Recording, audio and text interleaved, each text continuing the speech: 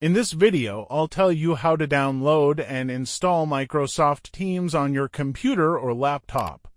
Don't forget to subscribe to this channel and leave a like under this video.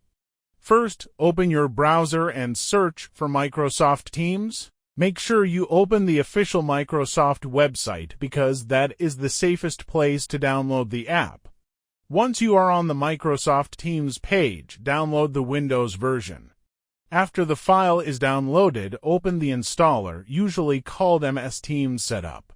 Follow the installation process and wait until Teams is installed on your device. When the installation is finished, open the Start menu and launch Microsoft Teams from there. Now you need to sign in with a Microsoft account. You can use an account you already have or create a new one if you do not have one yet. After signing in, Microsoft Teams should be ready to use. You will be able to access meetings, calendar features, and communication tools like chat. That's pretty much the whole setup. The main thing is downloading Teams from the official Microsoft website because that keeps the installation simple and avoids sketchy download pages. Thanks for watching. I would be very happy if you would become one of the subscribers of this channel. Check out the suggested videos and also leave a like under this video. See you soon.